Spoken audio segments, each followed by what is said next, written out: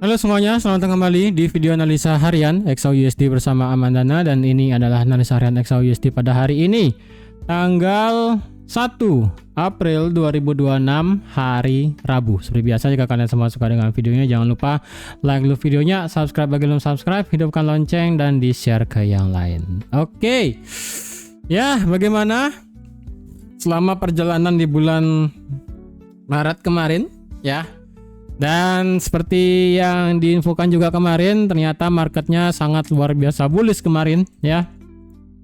Market kemarin itu ketika dia menembus area demand di 4540 ya kan, 4540, ternyata marketnya itu memilih untuk seperti analisanya, di mana marketnya itu memilih yang namanya BPR di sini ya. Di sini kalian bisa lihat seret, harganya masuk ke BPR, harganya juga respect Fibonacci 61,8 ya. 61,8, terus kemudian didukung oleh Trump yang ngomong sedikit, kemudian marketnya jauh banget ya ke atas tuh, dan sekarang harganya sudah tadi pagi itu sudah nyentuh 4723 ya.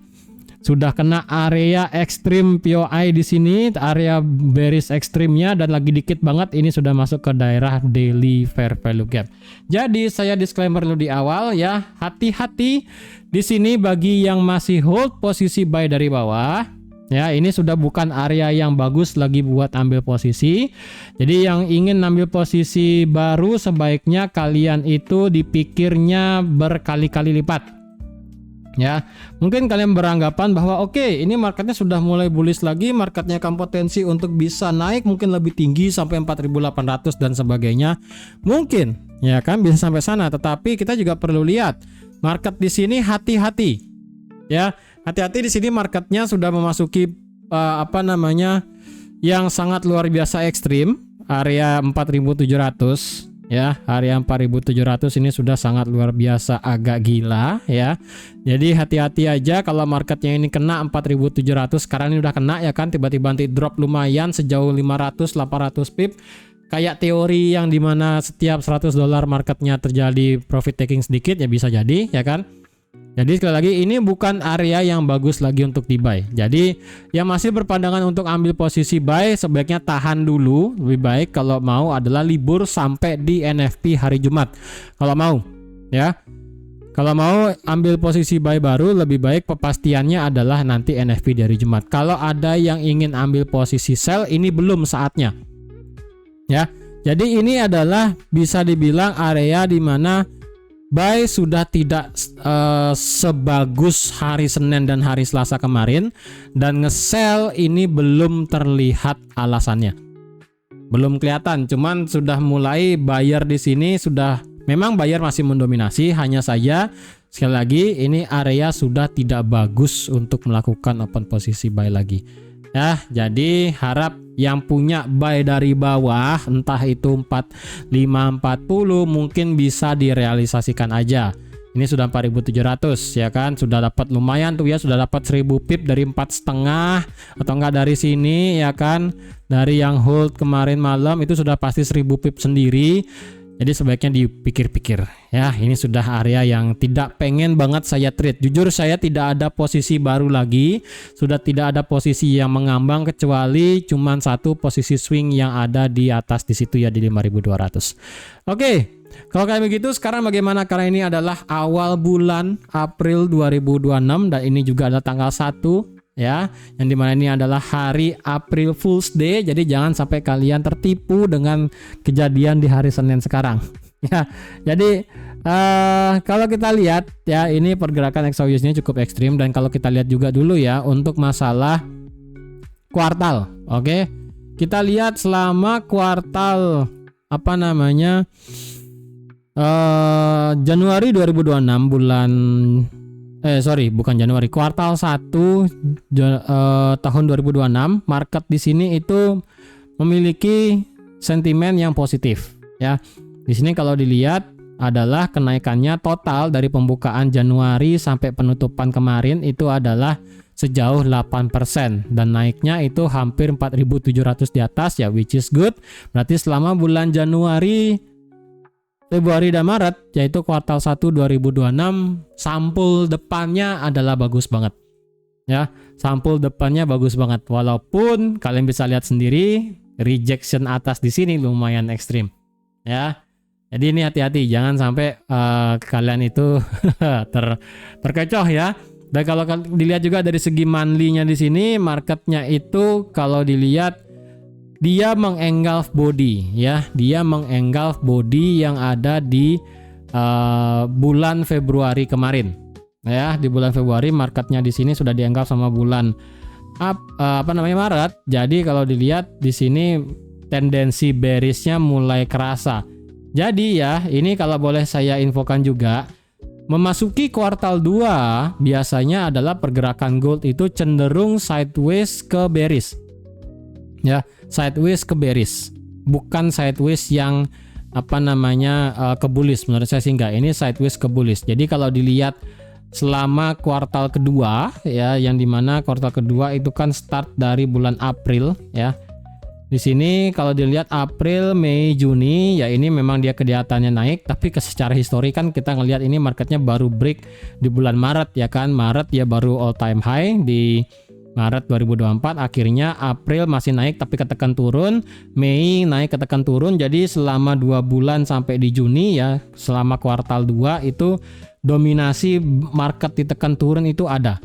Kemudian di tahun 2025 ya, start dari April, Mei, Juni bahkan sampai Juli dia cenderung sideways.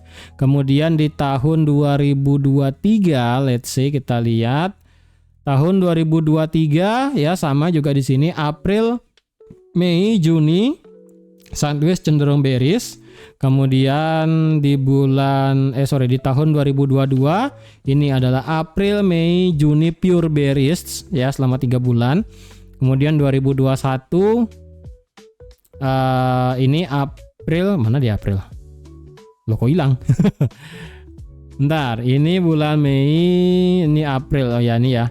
April, Mei, Juni ya, kelihatannya dia naik tapi in the end dia turun. Jadi ini masih dalam kondisi sideways-nya, balik lagi soalnya ke harga normal. Kemudian ini tahun 2021 kita cek sampai 2019 aja ya. Di sini Maret, April ya. Ini agak sedikit bias nih ya. April, Mei, Juni. Ini karena adalah COVID. Jadi COVID tidak masuk ke dalam siklus ya, karena COVID beda sendiri. 2020 tidak masuk. Kemudian 2019 mana 2019 di sini Maret ya, ini April, Mei. Nah, kemudian Juni baru dia lompat. Ini agak satu bulan ini agak sedikit aneh ya. Tapi selama April dan Mei ini adalah sideways. 2018 April, Mei, Juni cenderung bearish. 17 April, Mei, Juni sideways. Jadi hanya satu kejadian yang dimana ini bullishnya ekstrim pada saat tahun 2019 ya kan. Ini COVID tidak akan saya masukkan karena ini di luar gini ya. Ini kejadian luar biasa soalnya pandemi. Tapi setelah pandemi ini marketnya bearish di tahun 2021 pasca COVID. Ini masih belum bagus sebenarnya, tapi setelah COVID 2022 dia bearish. Kemudian 2023 dia juga sideways cenderung bearish. Kemudian di tahun 2024 dia ini ada tekanan bearishnya. Kemudian di tahun 2025 ada tekanan bearishnya ya. Bahkan tekanan bearishnya ini lumayan. Ya, dari 3503 sampai 2900, kemudian di sini dari 3434 sampai 3122. Jadi bearishnya di sini lumayan. Jadi oleh karena itu sekarang berarti selama kuartal 2 nanti ya, berarti dari bulan April, Mei, Juni kecenderungannya adalah sideways dan lebih condong ke arah bearish. Dan kalau dia cenderung ada bearish ya, berarti akan kemana? Ya kalau dilihat dari segi monthly, indikatornya ini flat, ini masih dalam kondisi yang namanya overbought secara RSI. Tetapi dari segi stokastik yang fast baru aja keluar dari zona overbought ya. Jadi ini kalau semisalnya bulan April keduanya keluar dari zona overbought yang stokastiknya, berarti kecenderungan adalah setelah nanti di bulan Mei dan Juni bahkan sampai awal kuartal 3 Juli itu masih akan mengalami penurunan.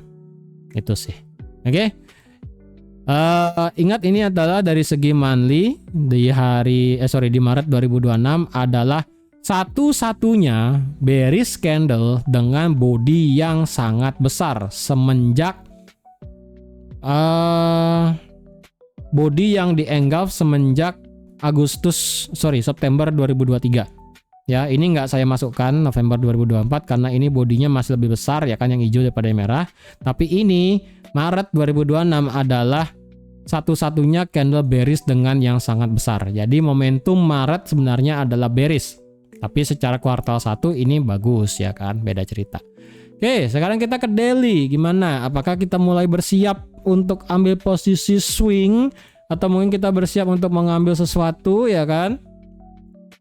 Dari segi daily, akhirnya marketnya itu sudah keluar dari zona bearishnya sendiri dan juga sudah keluar dari resistance become supportnya sekarang di harga 4550. Ya, ini sudah clear sekali, marketnya itu sudah breakout di dalam area ini ya kan. Berarti sekarang kecenderungannya adalah antara dua. Ya, marketnya selesai untuk melakukan retracement dan bersiap back to bearish trend, atau ini justru adalah marketnya breakout turun tapi turunnya tidak balik lagi di bawah 4550. Ingat ya, 4550 ini akan menjadi titik putar yang sangat valid. Adapun sekiranya market tutup di bawah 4550 based on daily, secara structure dan secara history, market itu akan langsung antara dia naik dan langsung naik, atau dia break ke bawah langsung ngedown ke bawah. Ya, jadi 4550 akan menjadi titik putar yang sangat luar biasa ekstrim. Jadi kalau semisalnya hari ini, besok sampai NFP lah, let's say semisalnya marketnya dip ke bawah, turun sampai 4550 tapi tidak ada breakout di bawah 4550. Saya worry-nya adalah marketnya ini akan ngebuat internal structure di time frame H4 itu akan membuat higher low yang baru. Nanti kita akan lihat ya. Karena sekali lagi dari segi daily-nya adalah masih kondisi bearish. Bearish ini akan dikonfirmasi jika semisalnya retracement sudah selesai adalah sekali lagi ada daily tutup di bawah 4550. Adanya 4550 tutup secara daily, maka ini akan terkonfirmasi marketnya akan melakukan bearish trend ke bawah lagi dengan target masih sama, yaitu di sini di 4000 ya kan, 4100, dan terjauh adalah sampai di 37 atau nggak sampai 3800. Tapi ya saya pribadi nih ya, mengingat jarak dari sini ke sini ini kan kalau dibilang jauh ya, lumayan jauh ya kan, karena dari harga sekarang 4.700 ngedip sampai 3.700 itu adalah hampir 10.000 pip ya, ataupun $900 ya, hampir $10.000. Hampir $1.000. Memang ini kelihatannya jauh banget. Cuman saya pribadi sih sepertinya ya, mengingat dari candlenya sendiri ya, mengingat candlenya ini kan masih berpijak ya kan, masih ngebuat yang namanya internal structure high low secara bullish. Jadi ingat, internal structure-nya adalah bullish dari segi H4 dan juga H1 itu sudah kelihatan ya kan kemarin-kemarin. Tapi kalau dilihat ya dengan jaraknya seperti ini, berkaca pada kejadian yang kemarin drop ekstrim di Januari 2026 dan sekarang kita mendapatkan drop yang signifikan pada saat setelah FOMC di Maret tanggal 18 kemarin. Menurut saya di sini marketnya perlu membuat pijakan daily at least 3 kali. Ya. Karena kalau dilihat kemarin ini kan pijakan daily-nya adalah 3 kali ya. 1 2 3. Nah, ini bisa dibilang 3 sih ya. Ini sorry.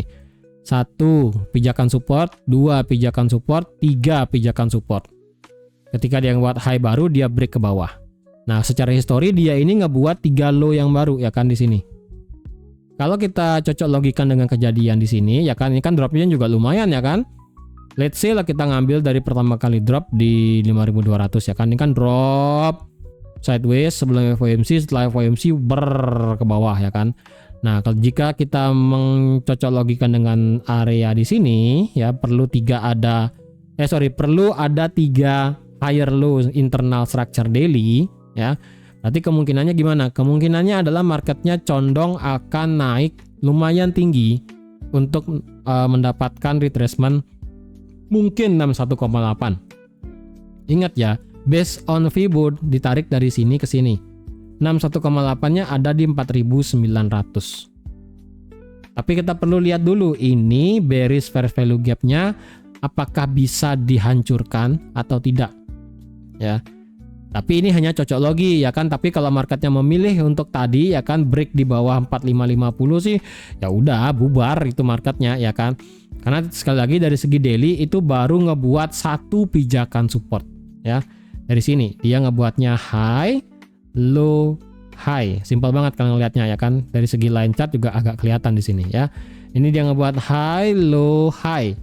Jadi kalau misalnya dia turun hanya sampai 4550, tidak ada body candle close, mungkin atau nggak sampai 4600 lagi, putar balik ya kan.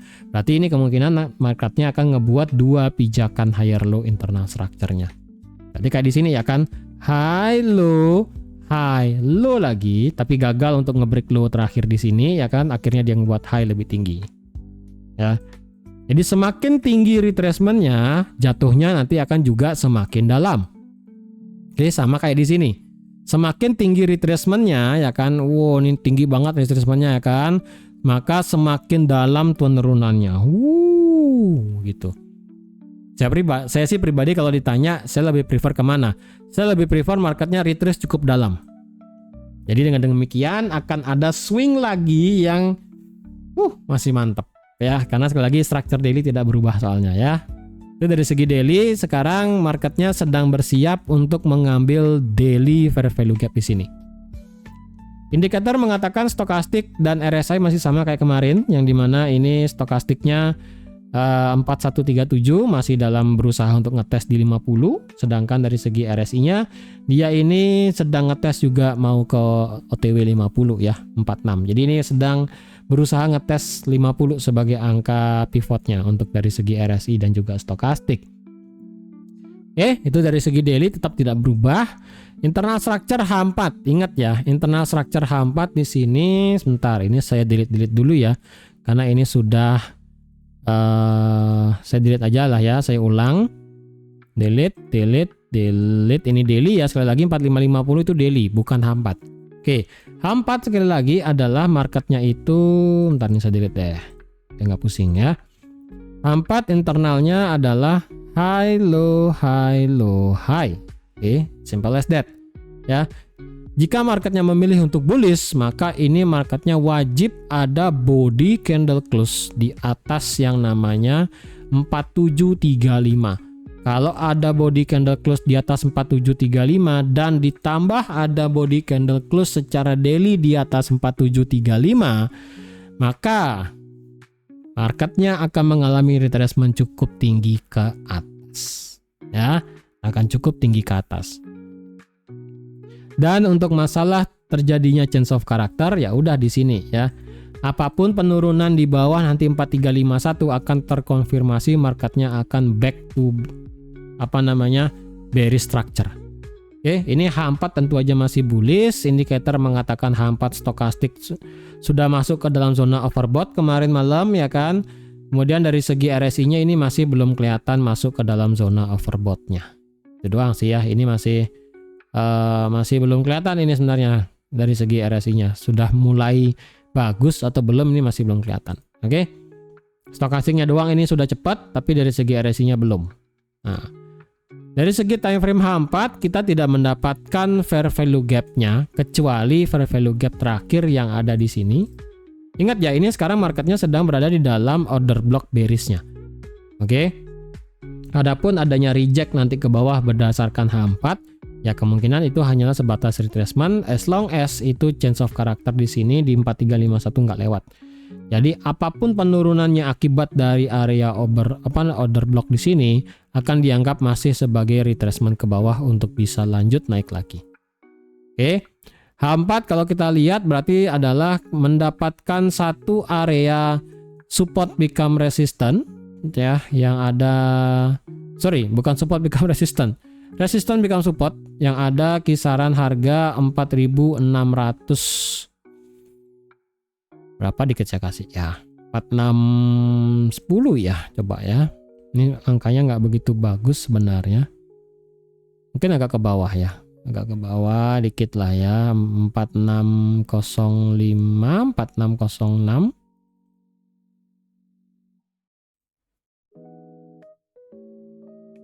Sebenarnya sih ini enggak apa ya, kayak agak sulit ya di sini, soalnya kalau dicari penutupan candlenya dan di sini. Jadi ini bisa dikatakan sebagai range area support sebelumnya menjadi resisten dan menjadi support lagi ya. Dan di sini secara time frame H4 kita mendapatkan di atas dari supportnya itu ada yang namanya fair value gapnya H4 nih ya, gede nih. Nah di sini fair value gap H4-nya besar. Jadi apapun penurunan nanti, misalnya hari ini reject based on ini ya, based on supply-nya atau enggak order block-nya, balik lagi ke 4.650, even itu balik lagi ke 4.620 dan 4.610 pun itu masih dianggap sebagai area retracement. Oke? Jadi untuk yang mau ngambil buy tentu aja tidak mungkin di sini. Biarkanlah marketnya itu kembali lagi ke bawah untuk retrace, nanti bisa ambil buy. Oke, tadi kan saya udah bilang marketnya itu adalah H4 memang secara swing high low high low high. Oke, secara swing seperti itu ya. Tapi kalau kita bicarakan per satu candlenya untuk melihat secara structure kecil ya, kita ngelihatnya adalah H4 tapi versi H1. Nah, bingung kan? Kalau ngelihat H4 versi H1 maksudnya adalah begini. Secara H1 strukturnya adalah bullish, clear, ya. High low, high low, high low, high low, high.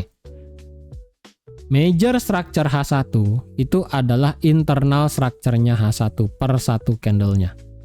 Jadi selama low terakhir yang ada di sini tidak di break, ya, maka ini akan masih dianggap sebagai bullish. Karena ini merupakan higher low terakhir di time frame H1. Ya. Ini merupakan higher low terakhir dari time frame H1. Kenapa ini tidak bisa dikatakan sebagai higher low? Ini sebenarnya sama kayak daily kemarin ya. Ini H1 itu sama kayak daily yang di sini. Tuh kan mirip ya. Dia hijau-hijau merah tapi tidak terlalu besar. Ini masih bingung dianggap sebagai apakah higher low atau enggak. Sama kayak H1 di sini. Ya kan? Hijau-hijau gede, kemudian ada merah satu, tapi next candle next candle yang hijau itu dia break low-nya sendiri dan break low yang sebelumnya. Jadi ini agak sulit dianggap sebagai potensi higher low. Ya, mungkin ini adalah higher low di time frame yang lebih kecil. Ya, mungkin di time frame yang lebih kecil, di time frame mungkin 15 menit atau enggak 5 menit ya kan. Itu beda. Tapi kalau dari segi H1 ya udah ini.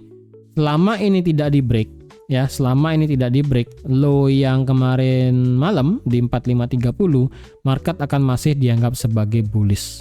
Oke? Ingat ya, 4616 dan 4600 ini adalah H4. Ini adalah H4. Oke. Jika jebol di bawah 4600 ya udah, next-nya adalah sama kayak kemarin, yaitu di 4540. Oke, 4540 nih. 4540 akan masih menjadi titik penting ya. Kalau misalnya marketnya memilih untuk lanjut ngedip jauh ke bawah, H4 wajib di bawah 4540 baru dia bubar. Selama dia belum di bawah 4540, saya rasa bubar itu belum kelihatan. Kemudian bentar ya, saya mau ngide, nggak jadi dah ya, nggak jadi ya. H4 seperti itu, ini cuma satu-satunya fair value gap. Kemudian H1 kalau kita tanya apakah ada fair value gapnya, ada sih ya, kecil sekali nih ya, ini doang nih. Ini berarti ada perpaduan ya antara fair value gap H1 dan fair value gap H4 nih, numpuk nih, kecil ya. Karena kalau dilihat ini atas-atasnya nggak ada fair value gap soalnya. Oke. Jadi kalau tidak ada fair value gap, berarti marketnya kalau ini drop, lumayan dropnya nih ya, 400 pip nih. Dari harga sekarang 4699, dropnya sampai sini 4650, 400 pip sendiri. Lumayan sih ya. Lumayan. Oke. Tapi ingat secara H1 selama dia tidak break di sini, ini akan masih dianggap adalah bullish. Dan kalau kita tarik berdasarkan Fibo, sekali lagi untuk Fibo secara H1 ditarik dari sini sampai dimanapun titik nolnya, anggaplah barusan 4723 adalah titik nol. Maka fair value gap kecil di sini termasuk fair value gap H4-nya adalah dimulai dari 38,2, 50%, dan resisten become support H4 itu adalah di 61,8 di 4600. Nah, jadi adapun penurunan di sini akan masih dianggap sebagai hanya retracement saja. Ya. Dan kalau kita lihat 15 menit. Nah, 15 menit di sini baru kita bisa lihat ya bahwa 15 menit di sini adalah higher low terakhir. Ya. Jadi 15 menit ini jalannya ya udah begini, high, low, high, low, high. Udah. Jadi kalau ada nanti break di bawah 4661, berarti marketnya memilih apa? Ya memilih untuk lanjut turun, melakukan change of character di time frame 15 menit, tapi hati-hati di sini ada fair value gap H4 yang gede. Ya kan? Walaupun secara bentukan candlenya sih ini agak jelek ya. Secara 15 menit ini agak jelek nih. Ini kemungkinan bakal disapu nih. Ya, kemungkinan dropnya nggak kena 4650 sih. Even kena 4650 kalau nggak ada konfirmasi, dia mental naik. Showernya mental naiknya itu hanya sebatas mental back untuk turun lagi. Sedoang sih. Dan lagi satu sebenarnya di sini saya mau infokan, jika misalnya marketnya memilih nanti untuk melanjutkan tren bearishnya, di sini sebenarnya ada hal yang menarik. Kenapa? Hal yang menariknya adalah di sini kita bisa pakai ada trend line. Walaupun ini trendnya tidak terlalu bagus, tetapi di sini ada liquidity trend line yang mantap banget ini ya, yang kemungkinan bisa untuk disabet semuanya. Ya, dimulai ditarik dari sini pada saat hari Jumat pagi ya, kenanya di sini, kenanya di sini. Jadi dan juga kalau bisa kenanya di sini sih. Tapi saya pribadi kenanya ini doang nih, 3. Ya. Ini 3 pijakan di sini ya. High low high low high. Ini merupakan liquidity trend line yang mantep banget nih, enak banget nih ya. Tapi kalau kalian mau panjangin dikit supaya kena di sini yang kemarin malam, ya silahkan juga sih, bebas. Ya kalian mau tariknya kayak begini, biar supaya kena ujung-ujungnya ya silahkan. Atau enggak kayak tadi yang saya lebih prefer adalah ditarik kayak begini. Cukup ngambil 3 aja ya. Kena di sini, bisa. Bebas, kalian mau cukup pakai 3 atau enggak pakai 4 biar disambungin ke sini, ya sama aja. Ya. Sama aja. Ini berarti ini apa ya? Area ini akan menjadi magnet, marketnya itu bakal bisa nyapu sih. Kalau momentumnya kencang ke bawah lagi ya, dengan dia bubar di bawah 4540, H1 change of character, ini bisa langsung dibabat semua nih. Enak nih. Bearishnya udah nggak ketulungan itu ya. Oke. Ini liquidity trend line-nya. Kalau mau cari sell, mengingat di sini sudah kena bagaimana? Even itu 5 menit. Oke, 5 menit di sini. Saya pribadi kalau mau cari sell kayaknya masih belum serak sih ya. Saya belum serak untuk ambil posisi sell sebenarnya, belum kelihatan sih ya, belum. Ini berapa tadi 15 menit nih? 4715 red. Masuk ya. Wah, udah telat sih. 15 menitnya dapat nih di sini ya area supply-nya. Wah, udah telat ya. Udah telat untuk langsung ambil posisi sell. Kalau udah 15 menit ada bisa masuk, sebenarnya sih entry-nya M1 sih. Red naik balik lagi ke bawah. Udah telat sih. Ya udah telat untuk cari sell-nya. Ya udah telat sih ini cari sell. Saya nggak mau cari sell lagi sih. Saya mungkin ambil buy sih ya. Ambil buy dengan kondisi ya tadi pakai Fibo-nya. Pakai Fibo-nya dan di sini juga ada ya ini liquidity trend line juga sih sebenarnya nih. Ini enak juga nih ya. Jadi kemungkinan sih kalau marketnya kenceng ya, ketika nanti dia nge-break higher low versi 15 menitnya yang di sini ya. Nih, ketika nanti dia break di bawah ini, red ya kan, break kena fair value gap dan kemudian mental. Tapi ketika dia mental, dia tidak memberikan high lebih tinggi ke depannya dan justru akan terjadi penurunan. Ini bisa jadi kayak begini. Ini bisa dibabat habis semuanya, back to 4630 ya kan, baru dia akan naik lagi. Itu. Sama kayak kemarin malam di sini ya kan. Dia turun ngambil demand-nya, tapi ternyata ngambil demand nggak bagus. Turun jauh ngambil yang namanya BPR-nya atau nggak 61,8-nya, baru dia naik terbang. Teorinya begitu sih. Ya. Versi H1-nya yang lebih dalam fair value gap sih di sini. Yang versi agak dalamnya. Ya kisaran 4625. Dengan syarat ini berarti liquidity trendline-nya sudah dihabisin ini. Itu sih. Jadi sabar aja ya kalau ada yang mau ngambil posisi. Lebih baik kita ngambil posisinya adalah tetap ngambil buy secara intraday ya, tetap ini tidak berubah. Daily adalah bearish, H4 masih bearish, H1 bullish, 15 menit bullish. Dah, kalau kalian mau cari ambil buy, tunggu dia retrace ke bawah. Entah itu ke 4650, 4625, 4600, tinggal ukur pakai Fibonacci yang ditarik dari low kemarin malam jam 6 di sini. Ya, dimanapun dia berhenti, nanti kalian bisa cari open posisi buy-nya. Sekali lagi, kalau ada yang mau ambil posisi bisa di sana. Tapi mengingat ini adalah masih di awal bulan dan sudah mendekati NFP, ya kalian tahu lah ya, NFP itu adalah penyakitnya adalah marketnya tidak akan jelas. Oke. Dan untuk nanti malam kita akan ada berita EDP non-farm dan juga core retail sales nanti malam, dan juga diikuti oleh ISM manufacturing PMI.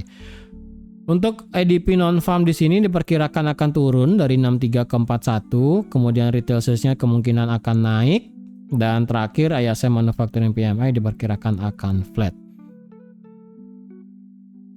Ya, itu aja. Kemudian update dari geopolitik sebenarnya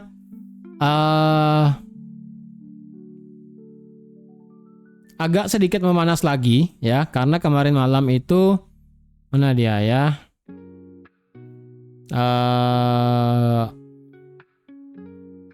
Agak sedikit memanas lagi sebenarnya dari segi Timur Tengahnya. Lain di sini Uni Emirat Arab berencana untuk join US military effort untuk membuka Strait Hormuz. Kemudian di sini Presiden Iran yang masih belum deal mau gimana maunya. Kemudian di sini kemarin malam ya, mana saya lihat tuh ya. Ini Trump barusan ini, they don't have to make a deal with me. Oke, ini tidak mau deal dia kan, tidak mau deal. Kemudian tapi dibilangnya di NBC it's coming to end. Dibilangnya going well, tapi setelah itu beberapa jam kemudian dibilangnya they don't have to make a deal with me. Oke, nggak tahu lah itu maksudnya gimana ya. Kemudian kemarin itu adalah Iran berencana untuk yang dimana menyerang ya perusahaan-perusahaan Amerika yang ada di region yang ada di negara Teluk ya. Di sini yang bakal diserang adalah 18 American Technology Company. Di antaranya adalah Microsoft, Apple, Google, Intel, Boeing, dan beberapa hal yang lainnya. Jadi 18 itu akan menjadi target untuk penyerangan dari Iran. Jadi ini serangannya sudah mulai merembet agak gimana ya, merembet agak enggak karu-karuan. Awalnya adalah menyerang military base ya kan, menyerang sektor nuklir dan sebagainya. Kemudian tiba-tiba menyerang, ya kalian tahu lah ya di berita ya kan, tiba-tiba nyerang kantor TV, media dan sebagainya. Dan sekarang Iran malah mau nyerang company ya, perusahaan-perusahaan yang berdiri di sana. Ini udah merembet ini ya, karena belum kelar-kelar ini mau end-nya kayak gimana. Jadi dengan kayak begini saya rasa akan memanas lagi sih untuk dari segi kejadian di Timur Tengah. Jadi kalau kejadian di Timur Tengah ini memanas lagi, goldnya saya rasa akan ketekan dan ini oil akan masih diuntungkan lagi. Tapi so far selama ini H1-nya masih menunjukkan yang namanya bullish structure, even ini terjadinya ya dar-dedor masih ya akan dianggap sebagai agak memanas lagi. Ada yang bilang mau deal tapi kok ada penyerangan lagi. Kemudian di sini pengen Uni Emirat Arab pengen masuk juga kan, ingin ngebantu ya, ini masih belum kelihatan. Jadi untuk sekarang ini masih bullish secara H1, tapi nanti kalau kedepannya kita melihat market sudah mulai reaktif, break di bawah 4.540 dan ditambah dengan daily lagi di bawah 4.550, something may happen. Ya, something may happen yang kita tidak tahu apa itu, yang saya rasa akan memberikan dampak luar biasa ke perekonomian global. Entah itu akan ada war lagi di Timur Tengah ya kan? Ya nggak tahu lah. Oke. Jadi saya rasa sekian dulu untuk analisa XAUUSD pada hari ini ya. Ingat ini sudah memasuki daerah rawan 4.700. Jadi kalau ada yang ide untuk ngambil buy, sekali lagi sabar dulu. Jangan gegabah, bukan area yang bagus lagi ya. Even itu kita ingin buy di 4.600, ini sudah area yang perlu pikiran yang matang-matang. Kemarin saya lebih prefer ya kan, ya ini tetap turun, tetap ambil buy, nggak masalah, ambil buy, hajar buy nggak masalah. Nah ini sekarang kalau ini marketnya balik lagi ke 4.600, saya masih agak sedikit was-was sebenarnya. Apakah bisa? Apakah masih bisa? Apakah masih ada bensinnya? Ya itu.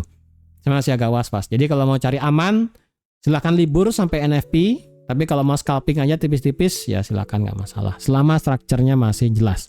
Oke, sekian dulu untuk hari ini. Terima kasih semuanya dan sampai jumpa lagi di analisa harian XAUUSD selanjutnya. Bye-bye.